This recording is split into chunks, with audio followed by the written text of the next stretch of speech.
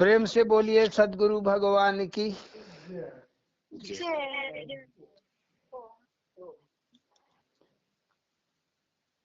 दुनिया, संसार, दुनिया कहिए संसार कहिए, संसार जीव से ही बना है। जीव से जीवित जगत माया खेलत खेल, जीव से जीवित जगत माया खेलत खेल, ब्रह्म रूप पहचान लो कटे जगत की जेल। कटे जगत की जेल, क्या ये संसार जेल है? कहने को तो धरती के अलावा वैज्ञानिक लोग जो और भी ग्रह हैं वहां पे यान गए, तलाश लिया, चंद्रमा पे भी यान गया, तलाशी लिया, बृहस्पति पे गया, शुक्र के भी चक्कर लगा रहे हैं बहुत सारे यान, लेकिन कहीं पे जीव के संकेत नहीं मिले हैं। माने जीवन का संकेत, जहां जीव है वही जीवन है, माने जिंदा। जिंदा, हम जिंदा हैं किसकी वजह से? प्राणों की वजह से। प्राण का कारण क्या? माने जिंदा रहने का कारण क्या? प्राण का कारण क्या? तो आत्मा। तो इतना बड़ा संसार, इतने सारे ग्रह, इतने सारे उपग्रह, लेकिन केवल एक धरती पे ही। वैज्ञानिकों को शंका है कहीं और भी जीवन हो सकता है, हो सकता है, लेकिन कंफर्म नहीं किया जा सकता। ओम। विज्ञान हमेशा सबूत मांगता है, सबूत, सबूत ही आधार है। तो क्या हम कैद हैं? जीव, हम भी जीव हैं, पशु पक्षी कीट सब जीव ही हैं, यहां तक कि पेड़ पौधे घास सब जीव में ही आते हैं। लेकिन क्या हम कैद हैं? ऐसा तो दिखता नहीं है। कैद होगा तो भैया जैसे किसी को सजा मिलती है तो जेल में डाल दिया जाता है, शिक्षों के बिन में बंद किया जाता है पिंजड़े के जैसे, हाथ में हथकड़ी या बेड़ियां रहती हैं, सजा दी जाती है।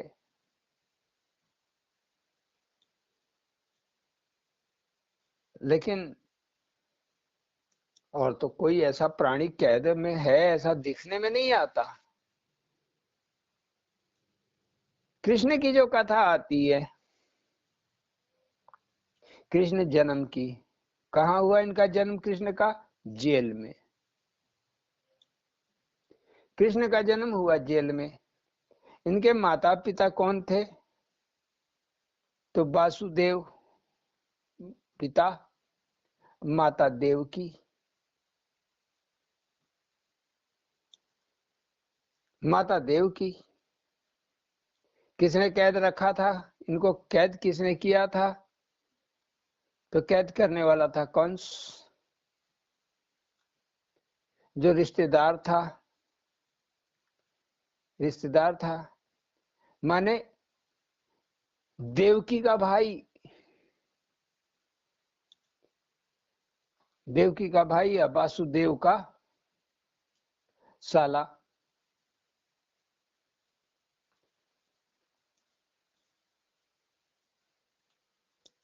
अगर इस कथा में जब ये पैदा हुए तो जेल के ताले टूट गए।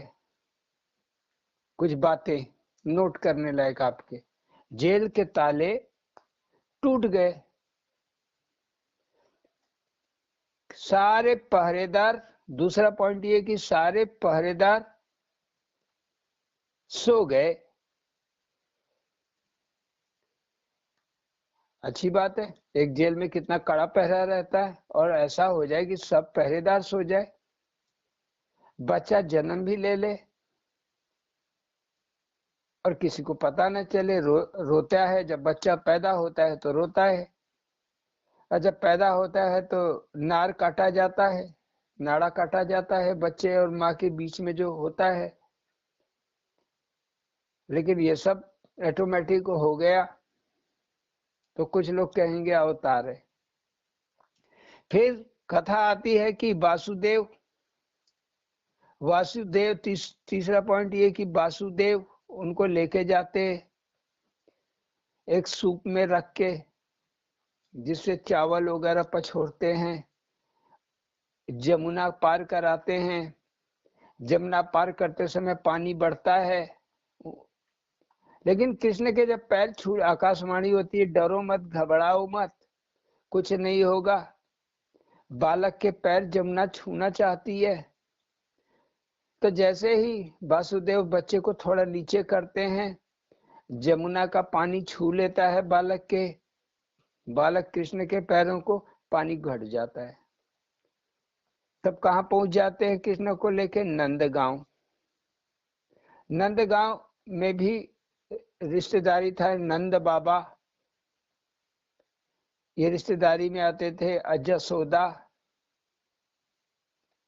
यशोदा मैया का सब नाम रहता है। और नंद बाबा की एक और पत्नी थी, रोहिणी। तो उसी समय यशोदा के भी एक लड़की पैदा होती है। वह लड़की को उठा लेते हैं ये वासुदेव जी, और कृष्ण को उसके बगल में लेटा देते हैं, किसी को मालूम नहीं होता है। लड़की को लेके जेल में वापस आते हैं, तब लड़की रोने लगती है। तब पहरेदार जाग जाते हैं, ताले भी अपने आप लग जाते हैं, फिर से ताले लग जाते हैं। हल्ला होता है, हाँ अरे लड़की पैदा हुई है, लड़की पैदा हुई है। तो कंस सोचता है अरे आकाशवाणी तो ये था कि आठवां लड़का। अब ये चौथा पॉइंट, आठवां लड़का कि इसके कंस को मारेगा। देवकी का आठवां लड़का कंस को का काल बनेगा, ऐसा कहानी आता है। फिर लड़की जब रोई तो पहरेदारों ने सूचना दी। कंस बड़ा आश्चर्य में पड़ा कि अरे नारद की भविष्यवाणी। ये पांचवा पॉइंट, नारद की भविष्यवाणी झूठी हो गई, लड़का की जगह लड़की कैसे पैदा हो गया। तो खैर जो भी हो, कुछ लोगों ने सलाह दिया कि ये लड़की भी मार सकती है, इसे भी मार दिया जाए, तो उसे मार दिया गया। लड़की को जबकि मारा, पटकने के लिए एक पत्थर पे उठा के फेंकने के लिए कंस ने किया, लड़की आकाश में चली गई। आकाशवाणी हुई, अरे तुझे मारने वाला तो सुरक्षित है, पैदा हो चुका है। आकाशवाणी करती हुई लड़की आकाश में चली गई। ये कुछ जन्म की कथा कृष्ण की।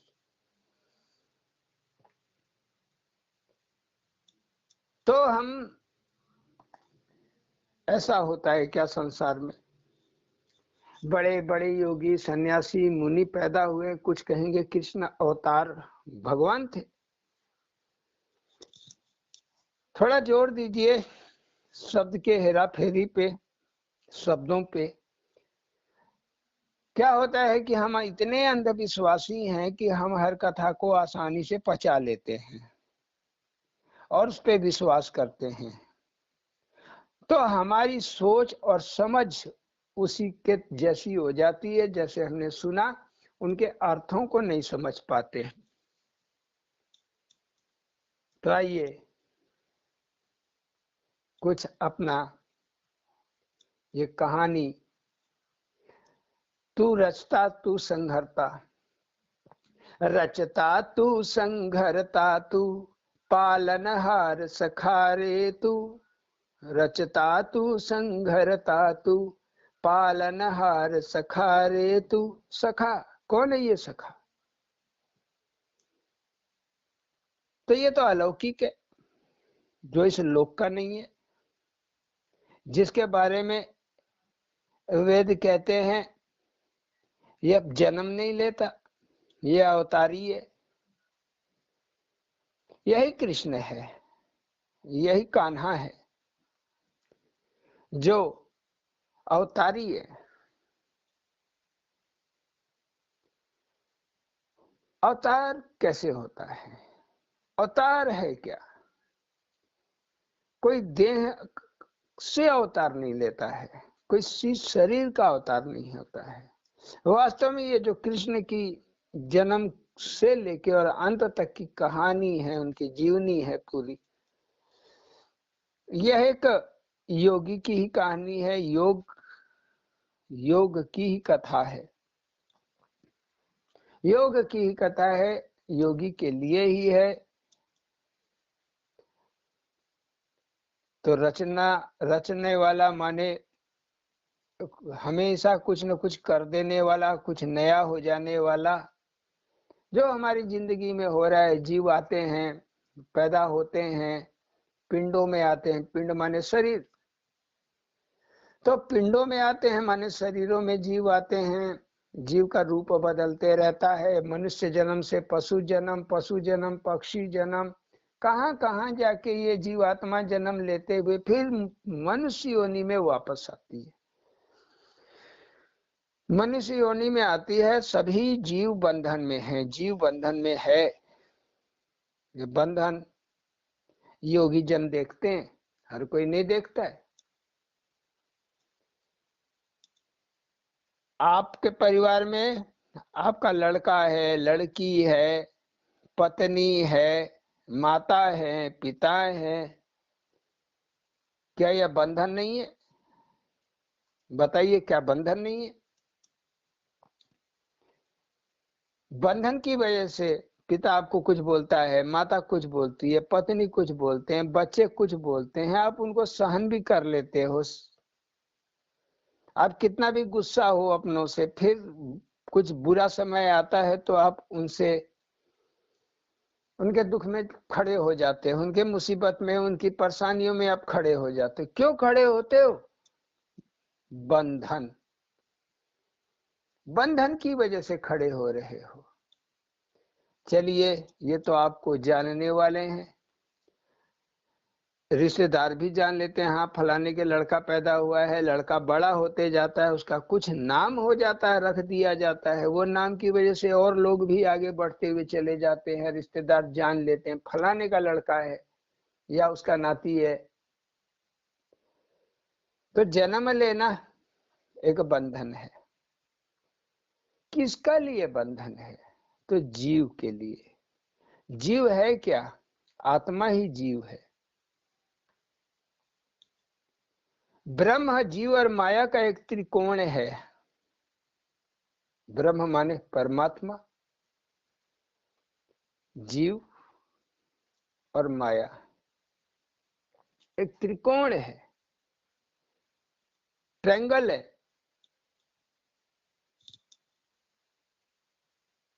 एक जिसे हम भगवान कहते हैं, भग माने संसार, अवान माने चलाने वाला, संसार को चलाने वाला। तो हमारा अपना भी कुछ संसार है, हर जीव का संसार है। और संसार के बारे में सोचना जीव की एक मजबूरी है, क्योंकि बुद्धि बंधा हुआ है बंधन से, मन बंधा हुआ है बंधन से, इंद्रियां बंधी हुई हैं बंधन से, पूरा शरीर ही बंधा हुआ है बंधन से। तो रिश्तेदार और परिवार के बंधनों में तो आप ऑटोमेटिक बंध गए, जन्म लेते ही आप बंध गए। शादी हुआ तो पत्नी से बंध गए, किसी लड़की से बंध गए। प्रेम हुआ तो किसी लड़की से बंध गए। औलाद संतान हो गई तो आपका बंधन और मजबूत हुआ। फिर नाती पोता हुआ तो और हो गया बंधन। और जिसके नहीं होता है आद औलाद या शादी ब्याह नहीं करता है, तो लोग उसको क्या क्या ताने मारते हैं। ये ऐसा बंधन दिखाई नहीं देता। फिर आपके पूरे जीवन काल में न जाने हजारों लोग मिलते हैं, कोई आपकी मदद करता है, कुछ देता है, कोई आपसे कुछ लेता है, कोई आपको मारता है, आपको बुरा भला कहता है, कोई आपसे प्रेम करता है, जिसको हम जानते नहीं थे कल, उससे हमें प्रेम हो जाता है, वह हमारा नजदीकी हो जाता है। जिसको हम जानते थे कि यह हमारा भाई है, यह हमारी बहन है, उससे किसी कारण से लड़ाई झगड़ा हो जाता है, बंधन टूट जाता है, दुश्मन हो जाता है, शत्रुता में बंधन बदल जाता है। तो ये बंधन दो तरह का, एक शत्रुता का, शत्रु भाव का, और दूसरा जो है मित्रता का बंधन। ये दोनों के दोनों ऐसे बंधन हैं जो दुख ही देते हैं, दुख ही देते हैं, इनसे दुख ही रिजल्ट में आता है। तो अगर देखिए अंदर से तो आप बंधे हुए हैं, आप बंधे हुए हैं। इसी वजह से आपका मन कुछ होता है करने का, लेकिन रिजल्ट आपका काम कुछ और हो जाता है, चाहते कुछ और है। किसी की आप मदद करते हैं, आपका पैसा लूट लेता है, देता ही नहीं है। क्यों नहीं देता है? बंधन कारण है। भले हमें बुरा लगे, लेकिन अगर पिछले जन्म से हमने लिया है तो किसी न किसी बहाने से हमारा मन ही कर देगा दे दें, हमारा मन ही कर देगा। कल अस्पताल के सामने बनारस हिंदू यूनिवर्सिटी में खड़े थे हम लोग, वहाँ डॉक्टर के बाहर, जो भवन बिल्डिंग के बाहर, गाड़ी में उनको आने में कुछ समय था, ये लोग नाश्ता करने लगे, पूरी सब्जी ले गए थे, सब लोग नाश्ता करने लगे। तो एक कुत्ता आके उधर घूमने लगा, तो कुछ खाना बच गया। तो युगांतर हासा के भाई इससे कहे कि कुत्ते को दे दो, जो बचा है कुत्ते को दे दो। हम कहे ना, कुत्ते को ना दो। क्यों? क्योंकि देखो दया दिखाने का जरूरत नहीं है। बोला बेचारा देख रहा था। क्योंकि जरूरत नहीं है, बचा हुआ नाश्ता, हो सकता है कोई परेशानी आए तो हमें आगे काम दे। अब ये ना सोचो कि जो बच्चा तो इस कुत्ते को दे दे। बोला अरे बेचारा, कुत्ते को हम बेचारा बोल रहे हैं, समझ रहे हैं। ये मन में दया भाव क्यों आया उसके अंदर?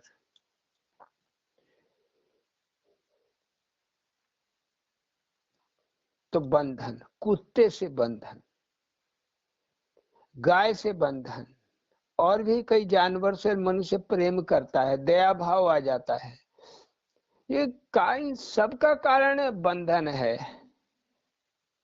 दया बिनु संत कसाई, दया करी तो विपत्ति आई।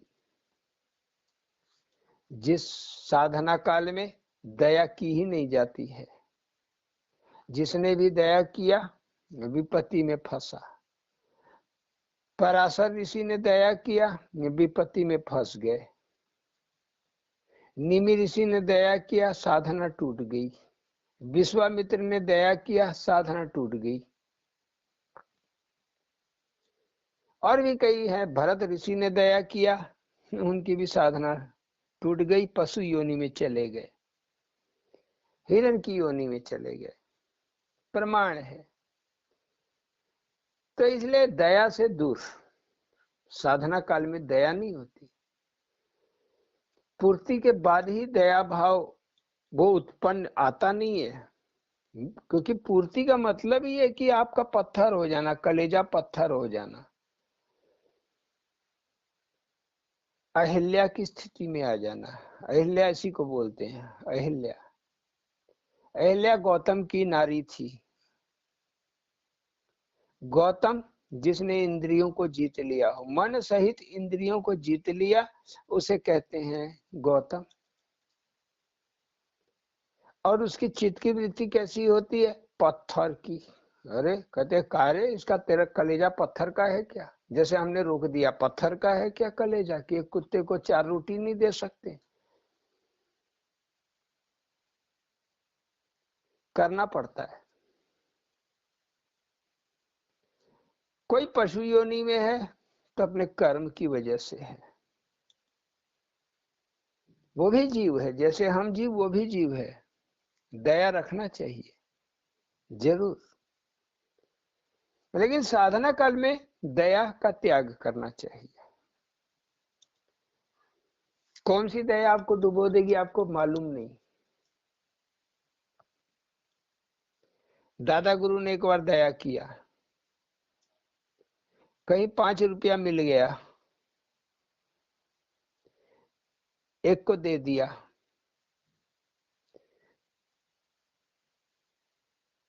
उसके घर वाले बड़े परेशान थे, पत्नी बच्चे, अरे ये बड़ा शराब पीते हैं। अच्छा अमीर आदमी था लेकिन गरीब हो गया क्योंकि आदमी शराबी और जुआरी।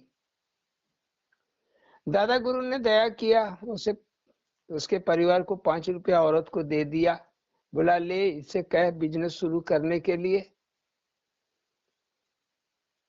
और शराब ना पीने के लिए। वो औरत ने अपने आदमी को बताया तो उसने शराब बंद कर दिया, 5 रुपये से बिजनेस शुरू किया। 6 महीने बाद लौट के आया दादा गुरु, तो उसकी औरत वैसी स्थिति में। दादा गुरु सोचे कि अरे मेरा वचन खाली चला गया, मन में सोचे मेरा कहा हुआ वचन खाली चला गया क्या। तो उस औरत से पूछे क्यों, क्या हुआ, तुम्हें 5 रुपया दिया था ना तुम्हारा बिजनेस बढ़ाने के लिए। बोली हाँ महाराज, आपने तो दिया था, बिजनेस अच्छा खासा खड़ा हो गया था 2-3 महीने में, लेकिन ये फिर से शराब पीने लगे, फिर से जो है जुआ खेलने लगे, जितना कमाई था वो सब चला गया। माने जस की तस स्थिति। तब दादा गुरु को समझ में आयो मेरा दया करना बेकार गया। दया बिनु संत कसाई, दया करी तो विपत्ति आई।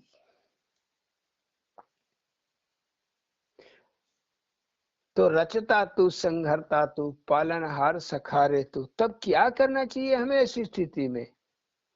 भगवान पे छोड़ देना चाहिए। जो हमारा संसार चला रहा है एक बाहर संसार है, पूरी दुनिया जिसमें कई ग्रह नक्षत्र तारे सब हैं, लेकिन हो सकता है जीव कहीं है, फिलहाल तो नहीं है, लेकिन हर जीव को चलाने वाला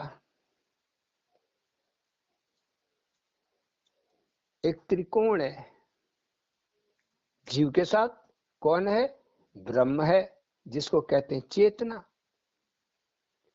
जो चैतन्य है, चेतना है तभी हम जिंदा है, चेतना है तभी सांस ले रहे हैं, चेतना है तभी हमारा दिमाग चल रहा है, चेतना है तभी हमारा मन चल रहा है, चेतना है तभी हमारा हाथ पैर चल रहा है। जैसे जैसे चेतना खत्म होती जाएगी वैसे वैसे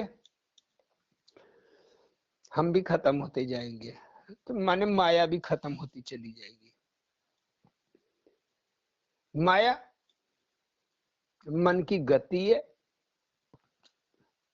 मन की गति संसार की तरफ है तो माया है, और संसार की गति अगर इस बंधन से छुटकारा पाना, जिसे माया कहते हैं, ये बंधन से छुटकारा पाना है, जो चैतन्य है उससे जुड़ जाना है। क्योंकि जीव माया से जुड़ा हुआ है, ब्रह्म है लेकिन जीव किससे जुड़ा है? माया से।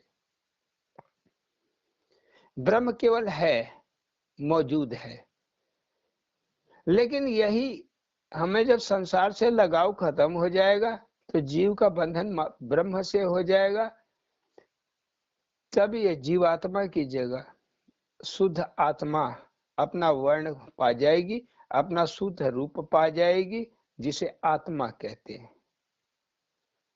यही आत्मा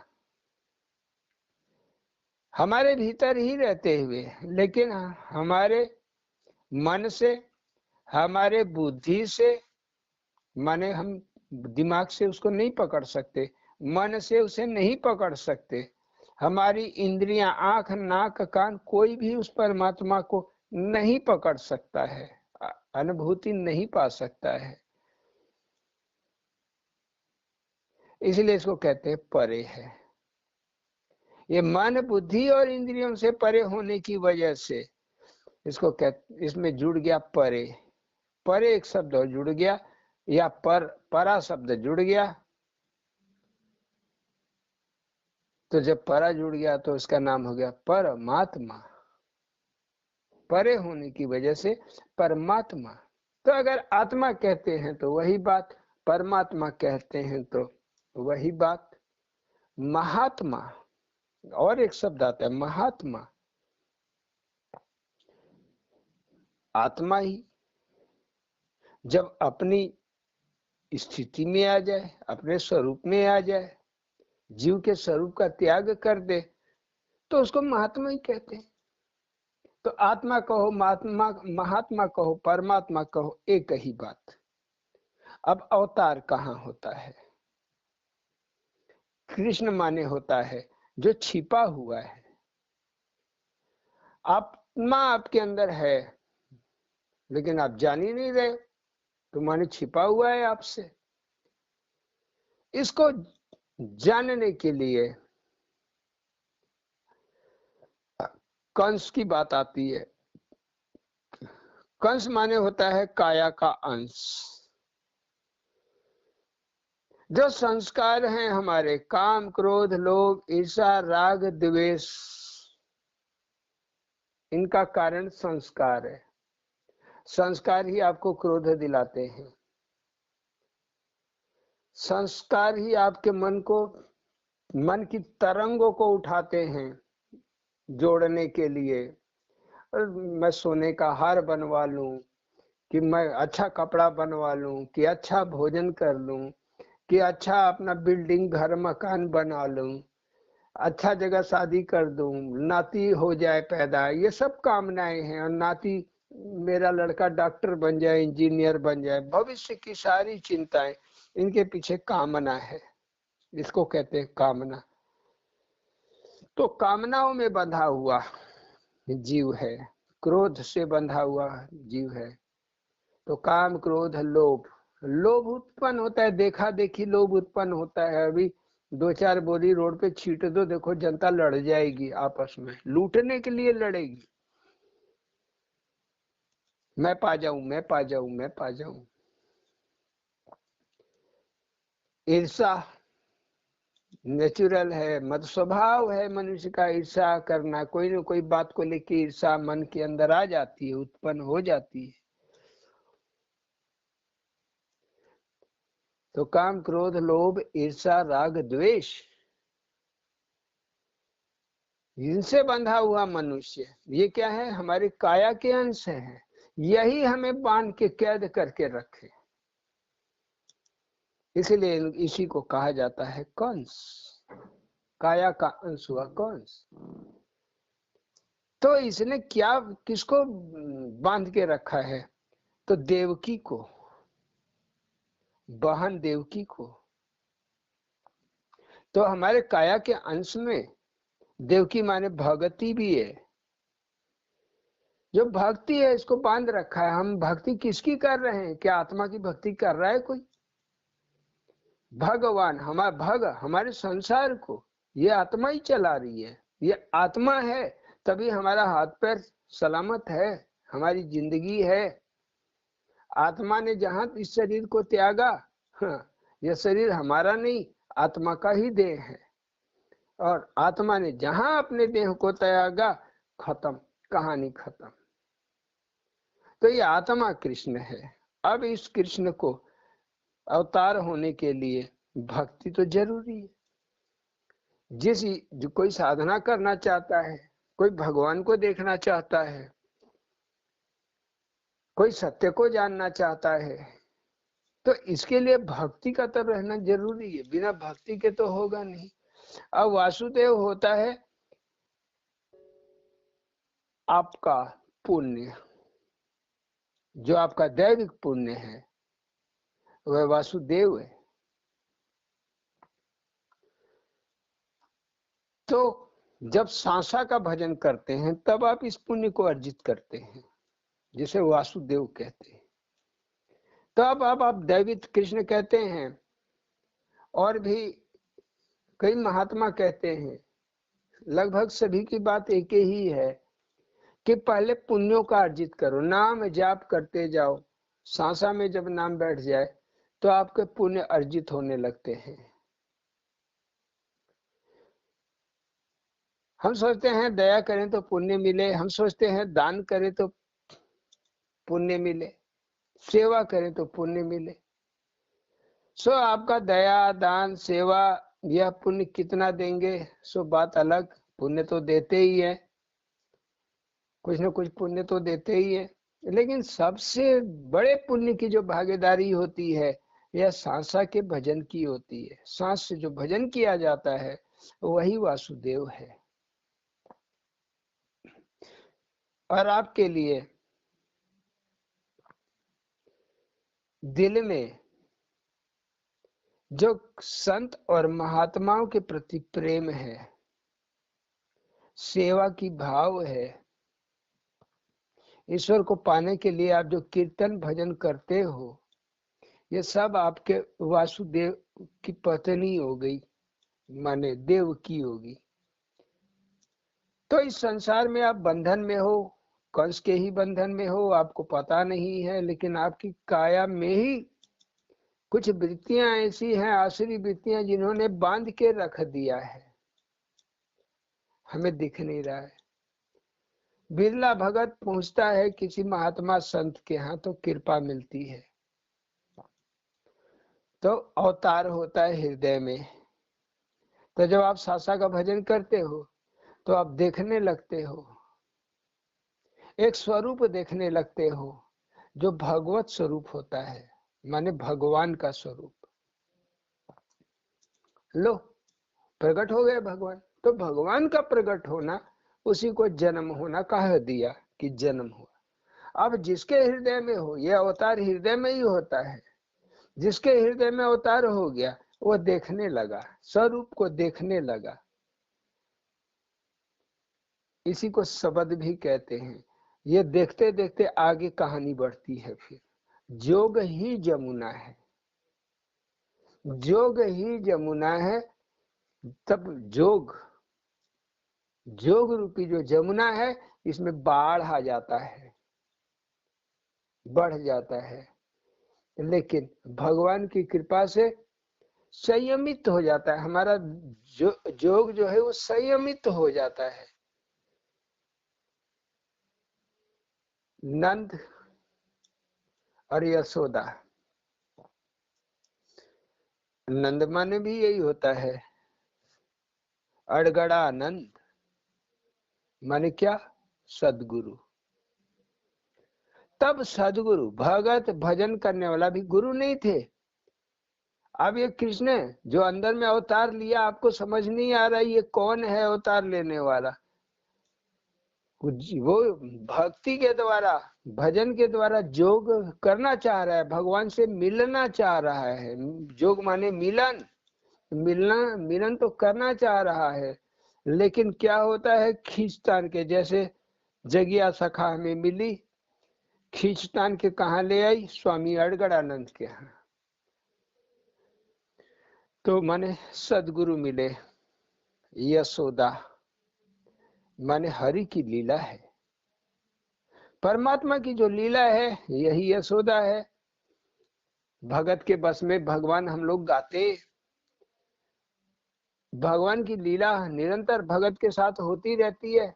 लेकिन जब सदगुरु मिलते हैं तब अनुभव आने लगता है, धड़ाधड़ अनुभव आने लगता है। आंख मूंदो तो, आंख खोलो तो, सो तो, जागो तो, खाओ तो, पियो तो, कहीं रास्ते चलो तो, ये लीला हरि की निरंतर समझ में आने लगती है। यही है कृष्ण की कथा। सूप में लेके गए, और एक बात, सूप में लेके गए।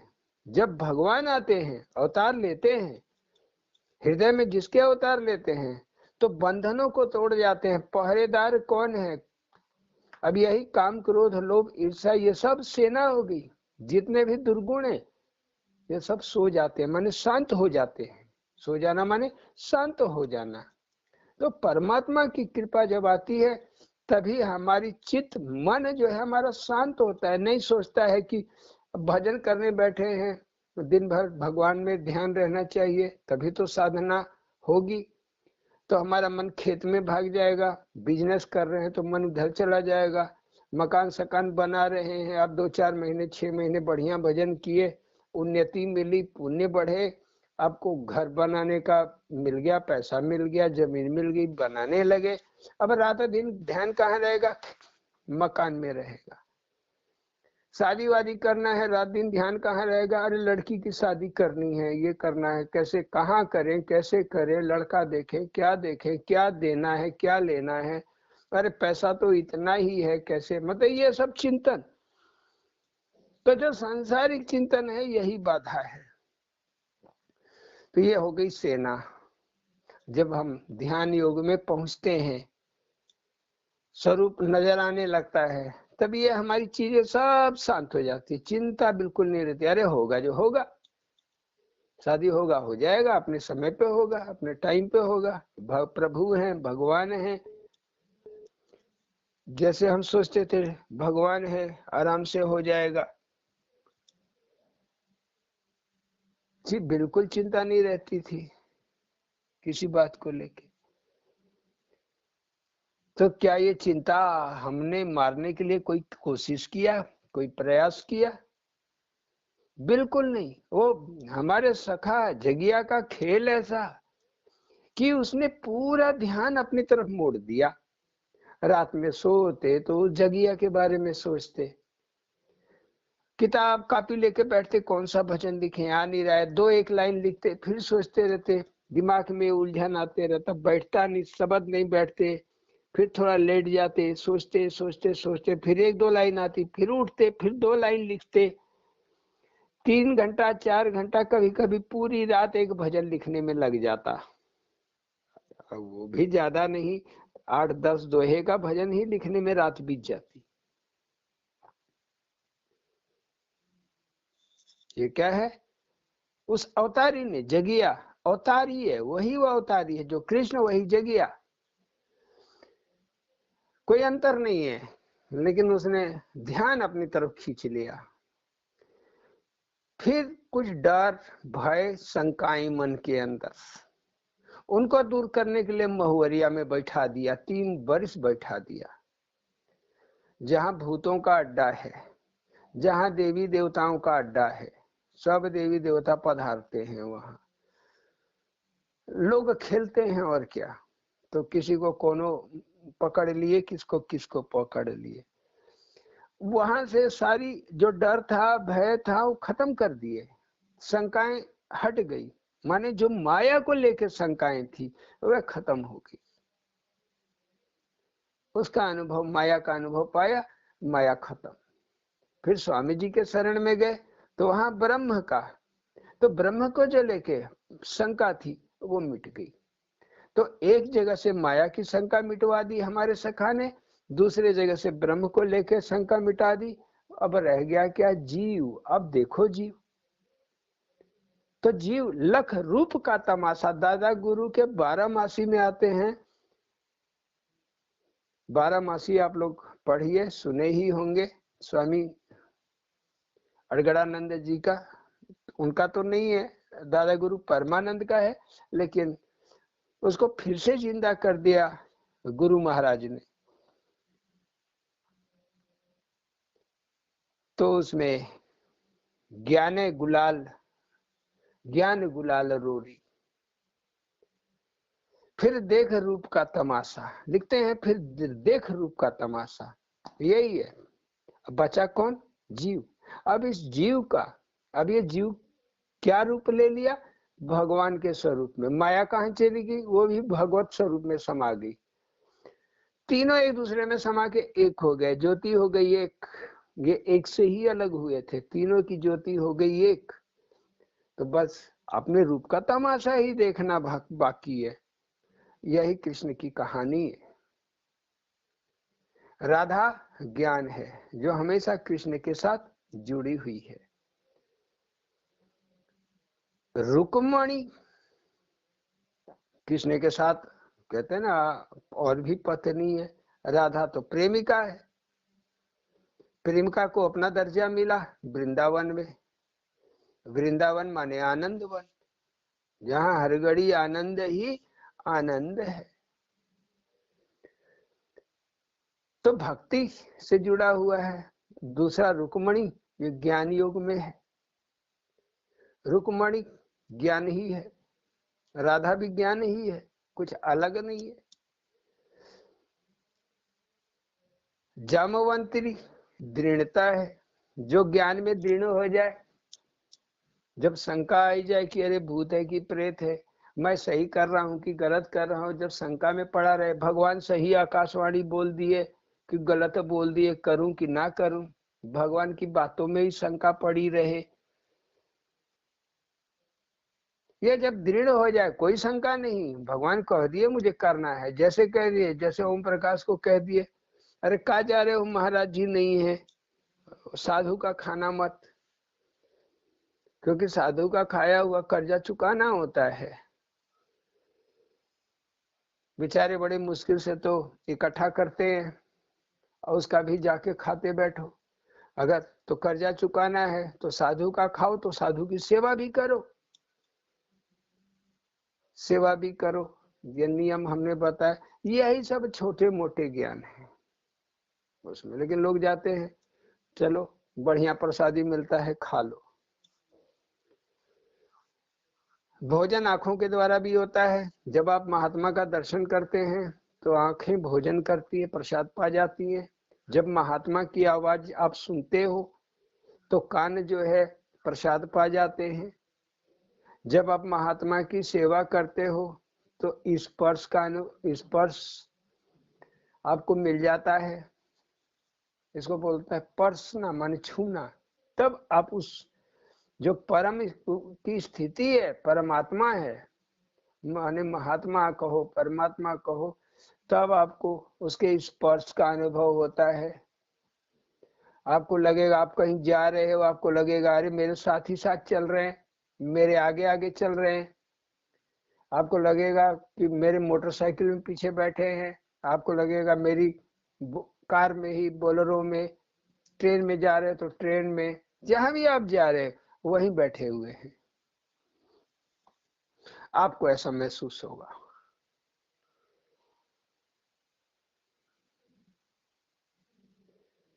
ये अनुभूति है। तो इस अनुभव से गुजरता है भगत, कोई भी भगत इन अनुभवों से गुजरता है। तो अब ये इनकी रचना कौन करता है? मान लीजिए हमारे साथ जो कुछ हो रहा है वह तो हमारे संस्कार करा रहे हैं। क्यों करा रहे हैं संस्कार? कि हमारा लेनी देनी बाकी है। इन लेनी देनी के काल माने समय को कौन व्यवस्थित करता है? वह परमात्मा ही करता है, जो भीतर ही बैठा है, कहीं दूर नहीं है, भीतर ही है। तो हमारे भीतर ही बैठे बैठे वो क्यों बैठा है? वो इसीलिए बैठा है वे काल, हर काम सही टाइम पे हो, सही काल में हो, तो वो रचना करते रहता है। नष्ट संहारना माने नष्ट भी करने लगता है, पालन भी करता है माने नियामक है वो। शनिदेव क्या है? नियामक है, नियम है उसका। यमदेव क्या है? नियम है, मृत्यु नियम है, जो पैदा हुआ मृत्यु नियम है, नियामक है। तो इस तरह के उसी नियम को हमने देवी देवताओं के रूप में बांट दिया। वैसे ही शिव क्या है? संहरता है, विष्णु क्या है? पालन करता है। तो ये कोई वो नहीं है, वृत्तियां हैं। सब तो आत्मा ही पीछे खड़ी है कि कब किसका नया सृजन हो, कब पुराना कटे, कब किसकी अज्ञानता कटे।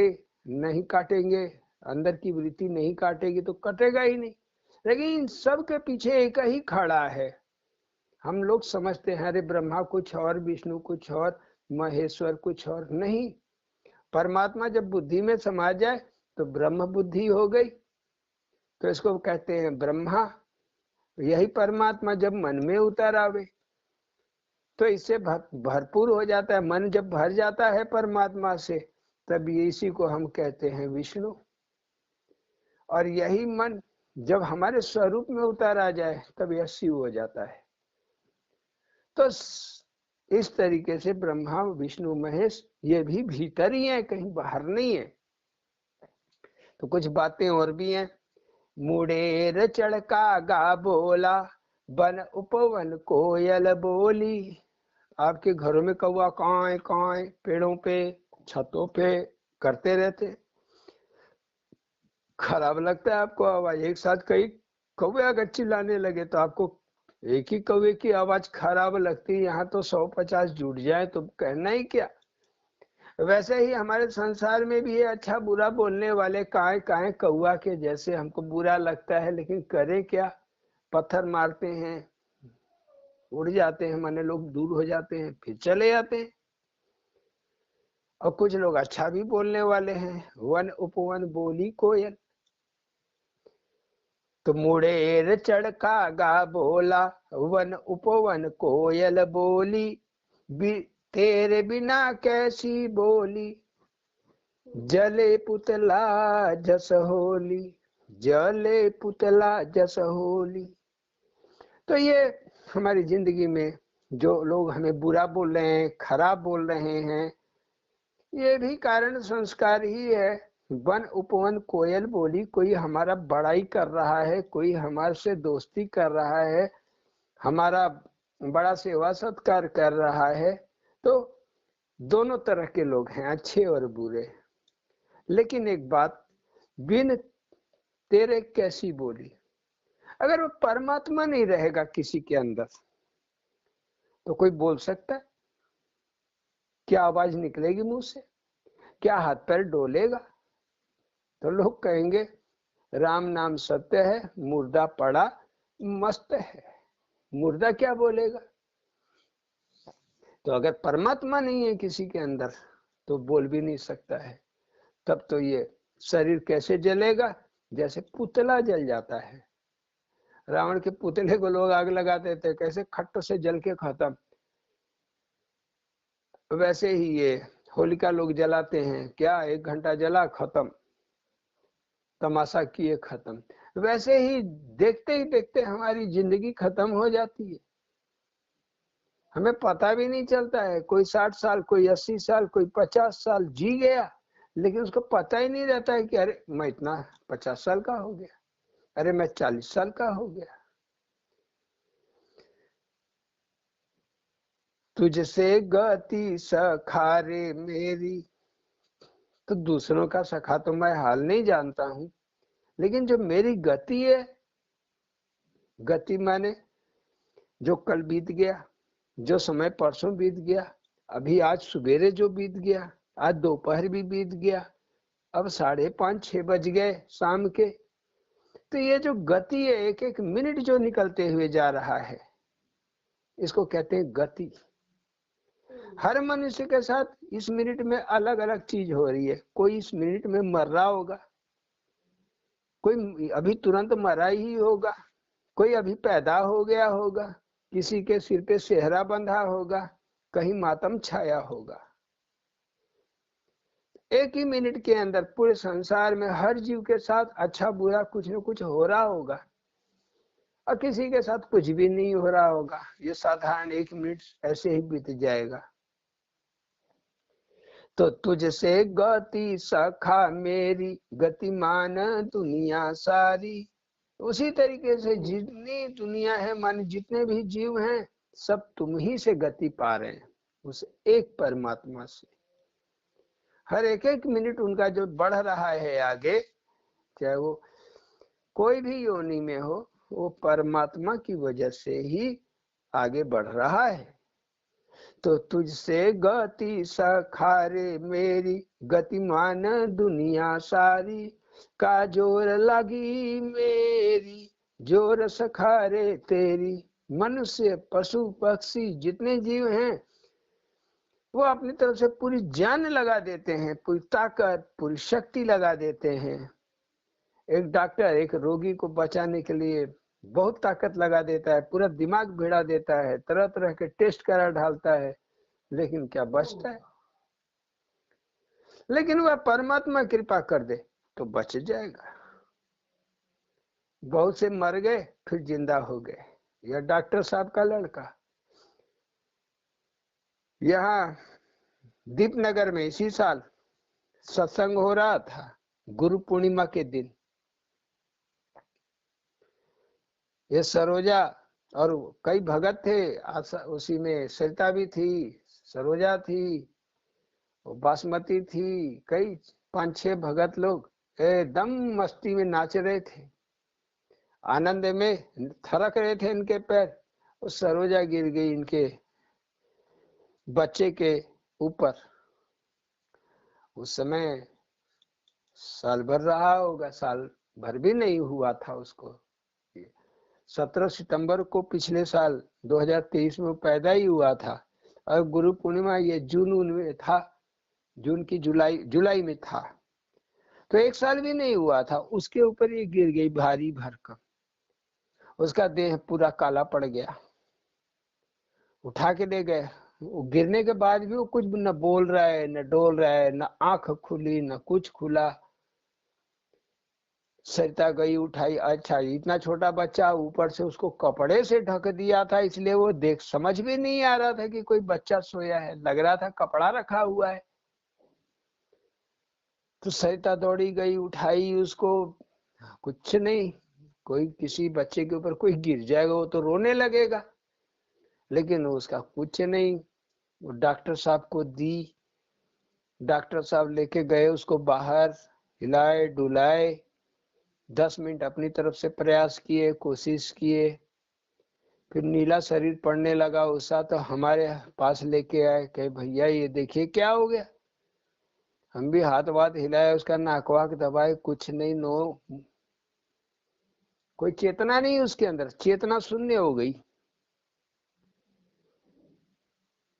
हमने सखा से प्रार्थना की, है सखा ये क्या हो गया, तुम क्यों बाहर चले गए, आओ, अभी तुम्हारे जाने का समय नहीं हुआ है, आओ। 2 से 5 मिनट के अंदर वह हाथ पैर हिलाने लगा, डुलाने लगा, उसकी सांसें चलने लगी। डॉक्टर साहब बगल में ही खड़े थे। हमने कहा लीजिए डॉक्टर साहब, 5 मिनट हमारे गोद में रहा, फिर डॉक्टर साहब को दे दिए, ले जाके फिर दूध पिलाए, आराम से दूध पीने लगा, शंका मिट गई। किसने किया, किसी ने नहीं। प्रार्थना, प्रार्थना, आराधना, यही तो अर्जुन है। तो भजन का प्रभाव ही ऐसा होता है, वह परमात्मा भगत से दूर नहीं है, वह कुछ भी कर सकता है संसार में, वह मालिक ऐसा है। तो गतिमान है दुनिया सारी, जोर उसी का चलेगा, हमारा आपका जोर कहाँ चलने वाला है। हम आप केवल प्रार्थना कर सकते हैं। जो लोग समझते हैं अरे फलाना बाबा बड़ा चमत्कार कर दिए, ढकाना, कुछ नहीं। हर चमत्कार के पीछे, हर बात के पीछे परमात्मा की मर्जी है। मनुष्य, इंसान केवल एक अर्जी भर लगा सकता है, तो अर्जी लगाते रहिए, मर्जी उसकी। लेकिन एक प्रार्थना है अपने संसार की वस्तुओं के लिए, फालतू चीजों के लिए अर्जी लगाना है, तो केवल भक्ति, भजन, कीर्तन, सत्संग, भगवान की संगत पाने के लिए करिए। और इसके अलावा जितना भी है वह सब माया से घिरा हुआ है, सब माया से घिरा हुआ है। तो काजोर लगी मेरी, जोर सखा रे तेरी, उस परमात्मा का जोर है। उसे इतना बीमार, इतना बीमार, हिल नहीं सकती, डुल नहीं सकती। जिस दिन भजन कर लेती हमारे साथ बैठ के, मैंने दूर से ही करती, कहाँ वो खटिया पे लेटी पड़ी और कहाँ हम इधर लोहरा में, लेकिन फोन पे ही भजन जब कर लेती तो उठ के चल देती। लगता है कि बीमारी नहीं है। जिसको 2 आदमी पकड़ के टट्टी पेशाब कराना है, एक आदमी जिसको मुंह में कौर डाले तो खाए, वो उठ के खटिया से चल दे और 1 किलोमीटर घूम के पूरा चले आए और सबसे हंसे और बोले हा हा हा, कुछ हुआ नहीं है, देखो मेरा पैर ठीक है, मेरा हाथ ठीक है, मैं सब ठीक हूँ। ये हमारे जीवन में ऐसी बात लेके आया, यह उषा के साथ जो कुछ हुआ व्यवहार, तो एकदम भगवान क्या कर सकते हैं स्पष्ट कर दिया। कितना भी बीमार रहे, कितना भी हाथ पैर टूटा रहे, वह तो चला देगा, क्योंकि अंदर बैठा है। बस अंदर ही अंदर वो चला देगा, जोर लगा देगा। बाली मारा कंस मारा, मारा रावण जालंधर, इन्हीं से ग्रसित है बाली। अहंकार, अहंकार, मेरे सामने कोई कुछ नहीं है, ऐसा लोग अहंकार रखते हैं। और एक बाली का भाई है सुग्रीव, जो बेचारा दौड़ते फिरता है, राम को जोहते रहता है कि कभी तो राम आएंगे। किष्किंधा में इंतजार करते रहता है। किष्किंधा बाहर भी एक है, किष्किंधा एक अंदर भी है। जैसे सबरी ने जो है, वैसे ही सुग्रीव भी इंतजार कर रहा था, प्रभु राम आएंगे तो मेरा उद्धार करेंगे। उनके साथ हनुमान था, तो वैराग, जो भगवान का वैराग लिए हुए, देश दुनिया को त्यागे हुए, किसी का चिंतन न करते हुए परमात्मा को जोहते रहता है। तो इस स्थिति, ऐसी आसानी से ये स्थिति नहीं मिल जाती है कि आप शांति से आनंद से बैठ के भगवान का इंतजार करो। इतना आसान नहीं है मिलना। तो बाली, ये जो संसार का बल है, ताकत है, शक्ति है, जिसके आगे भगत परेशान हो जाता है, उसका बेचारा ऐसा दुख आ जाता है कि उसके ताकत आधी हो जाती है। अब जो बाली सुग्रीव की पत्नी थी तारा, इसने छीन लिया उसके भाई ने, बाली ने। तो ये जो संसार की शक्ति है, जो हम संसार के बारे में जैसे अभी बता रहे थे, संसार के बारे में ना मांगिए। संसार, यही बातें जो आप संसार के लिए मांगोगे, हे भगवान ये ऐसा हो रहा है, ऐसे नहीं ऐसे हो जाए, मकान वैसा है तो लड़का ऐसा नहीं वैसा हो जाए, तो आदमी ऐसा है वैसा हो जाए, यही आपकी उस जो सुग्रीव है, जो क्षमता, ध्यान की जो क्षमता है, यह सुग्रीव है, इसको नष्ट कर देती है। तो छिपा के, इसलिए ध्यान, भजन ध्यान सुमिरन चिंतन छिपाना चाहिए ही नहीं कि हम सबसे कहते फिरे। जो कहते फिरेगा तो वो बाली हो गया, जो छुपा लिया तो सुग्रीव हो गया। देख रहा है, जान रहा है, किसी से बोलेगा नहीं। जब बोलेगा किसी महात्मा से बोलेगा, किसी संत से ही बोलेगा, नहीं तो गुरु भाई से ही बोलेगा, बाकी दुनिया से छिपाएगा। तो कंस आपको बताया ही, चित्त की वृत्तियां कंस है, काम क्रोध लोभ ईर्षा राग द्वेष, यह कंस है। रावण, रावण क्या है? मोह सकल व्याधि कर मूला। मोह, आपको अपने शरीर से मोह है? नहीं है तो बताइए, हर किसी को है। कौन कबीर साहब जैसा, या नानक जैसा, या रामकृष्ण परमहंस, या मीरा जैसा, इन सब के जैसा? गया तो गया का हिसाब, चलो ठीक है, पी लो जहर, सुकरात पी लिए जहर, ठीक है।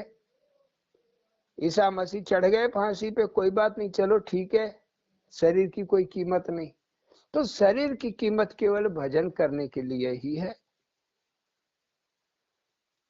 तो शरीर के लिए चिंतन न करना, तो देहाभान सबसे बड़ा मोह है, देहाभान। फिर अपने परिवार का मोह, फिर अपने धन संपत्ति का मोह, फिर हमेशा सुखी रहने का मोह कि दुख अबे न करे, बीमारी अबे न करे, हमेशा सुखी रहने का मोह, यह रावण है। तो मोह ही रावण है। जालंधर, जालंधर जो विश्व विजयी का ही डंका बजाता है, जालंधर। अंधा मनुष्य, अज्ञानता ही, अज्ञानता में पड़ा हुआ मनुष्य जालंधर है। कई लोग भजन करते हैं, जिसकी पत्नी वृंदा थी, वृंदा माने भी भक्ति ही होता है, तो भक्ति तो है लेकिन उसकी चित्तवृत्ति कैसी है? ओ अड़गड़ानंद मेरे सामने क्या है, मैं फालतू आदमी है। वो मड़िया बाबा, राम बाबा मेरे सामने क्या आदमी है। और महात्मा और संतों को कुछ समझेगा ही नहीं, अपने आप को 30 मार खा समझते रहेगा। यह चित्त की वृत्ति मनुष्य की जालंधर है, तो इसे भी भगवान नष्ट कराते हैं। न नष्ट कराएंगे तो कोई जीव पार ही नहीं हो सकेगा। तो बाली मारा, कंस मारा, मारा रावण जालंधर, चंड मुंड महिषासुर, कर दिए सबका वध। वैसे चंड मुंड, चंड क्रोध फट से चढ़ा। दुर्गा में सप्तशी में आप पढ़ेंगे, दुर्गा पुराण में पढ़ेंगे, चंड मुंड नाम के राक्षस आए, देवी से लड़े, देवी ने संहार कर दिया चंड मुंड का। फिर 1000 की सेना लेके आए, महिषासुर आया। चीजें वही है, कुछ अलग नहीं है। क्रोध, मुड़ माने मुड़िया आ गया, जिदिया आ गया, मैं यही करूंगा, मैं यही करूंगा। कर भाई, गुरु महाराज कुछ बोलते हैं, मनुष्य कुछ करता है, अपने को ही चालाक बनते रहता है, इसको बोलते हैं मुंड। मतलब चालाक है नहीं लेकिन चालाकी दिखाना, जानता कुछ नहीं लेकिन दिखाना मैं बहुत जानता हूं, ये हो गया मुंड। तो वैसे ही चंडमुंड, महिषासुर, जो बार बार भेष बदलने वाली माया है, ये महिषासुर है। इसीलिए महिषासुर बार बार भेष बदल रहा था। दुर्गा देवी लड़ती जा रही थी, भेष ही बदलते जा रहा था। तो माया ही ये भेष बदलती है बार बार, तो माया ही महिषासुर है। ये सब हमारे अंदर है, कौन मारेगा? तो जब यह परमात्मा हमारे हृदय में अवतार ले लेगा, माने प्रकट हो जाएगा, तब मन के गद्दी बैठ सखारे, तुम ही डोर संभाले, छोड़ दिया अरुण तुझ पे, ले चलो अपने आले। अपने भरोसे ले चलो, मेरे भरोसे ना ले चलो सखा, अपने भरोसे अपने बूते लेके चलो। डोर तो तुम्हारे हाथ में दे दी है। कौने घट तुम नाही, जीवन धार बही। जिस घट में हो तभी तो उसकी जिंदगी चल रही है। कौने घट तुम नाही, जीवन धार बही, देना डूबा अपने अमृत, अमृत सही सही। बस अपने अमृत में डुबा देना, अमर तत्व में डुबा देना, हे सखा। तो जो अमर तत्व है उसमें डुबा दो, निकालो नक।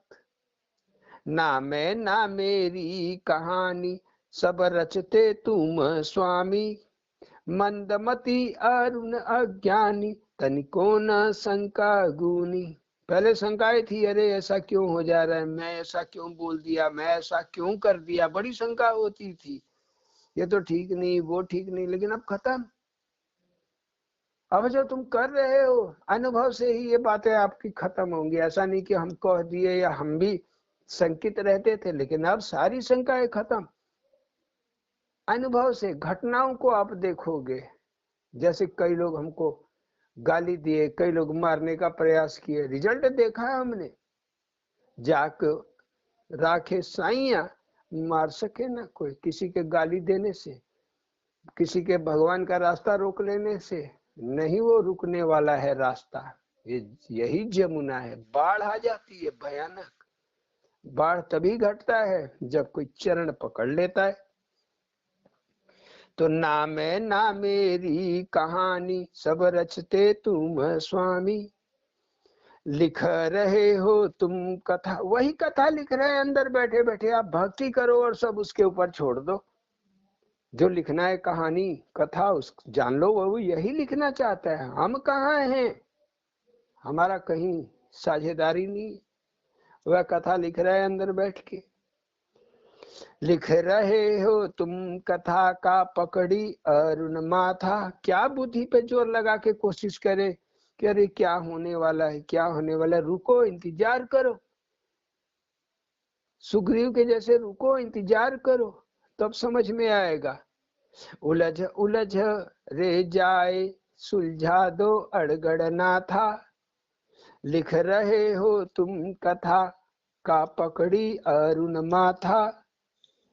उलझ उलझ रे जाए सुलझा दो अड़गड़ ना था, प्रार्थना सुलझाओ, सुलझा दो माने हमें समझा दो, समझ में बैठ जाए। आज की ना जानत हूँ का जानब हरि कल। हम तो आज की बात नहीं जान रहे हैं, जो आज हो रहा है वो कहानी भी नहीं जानते हैं, आने वाले समय की क्या जानेंगे। आतुर मनवा हरि मिलन को विकल। यहाँ तो मन हर घड़ी विकल रहता है, और मिल जाए परमात्मा और सखा मेरे बढ़िया से मिल जाए। अभी संतुष्टि नहीं हुई तो हमेशा मिलने के लिए जो ललक है, जो बेकरारी है, वह तो लगी ही हुई है, प्यास कहाँ मिटी। छूटे नाही साथ सखारे जन्मो जन्म का साथ, तेरे चरण श्री अरुण सदा रहे हरि माथा। बस तुम्हारे चरणों में इस अरुण का हमेशा सिर रहे, माथा रहे, यही विनय है, यही विनती है। ना रिद्धि ना सीधी केवल चरण तुहार। ना रिद्धि चाहिए ना सिद्धि चाहिए, केवल तुम्हारे चरणों की ही आस है, उम्मीद है। ना रिद्धि ना सीधी केवल चरण तुहार, और कुछ ना दीजिए अड़गड़ अवतार। रचता तू संघरता तू पालनहार सखारे तू, रचता तू संघरता तू पालनहार सखारे तू। आज यहीं रखते हुए फिर मिलेंगे। बोलिए सद्गुरु भगवान की जय।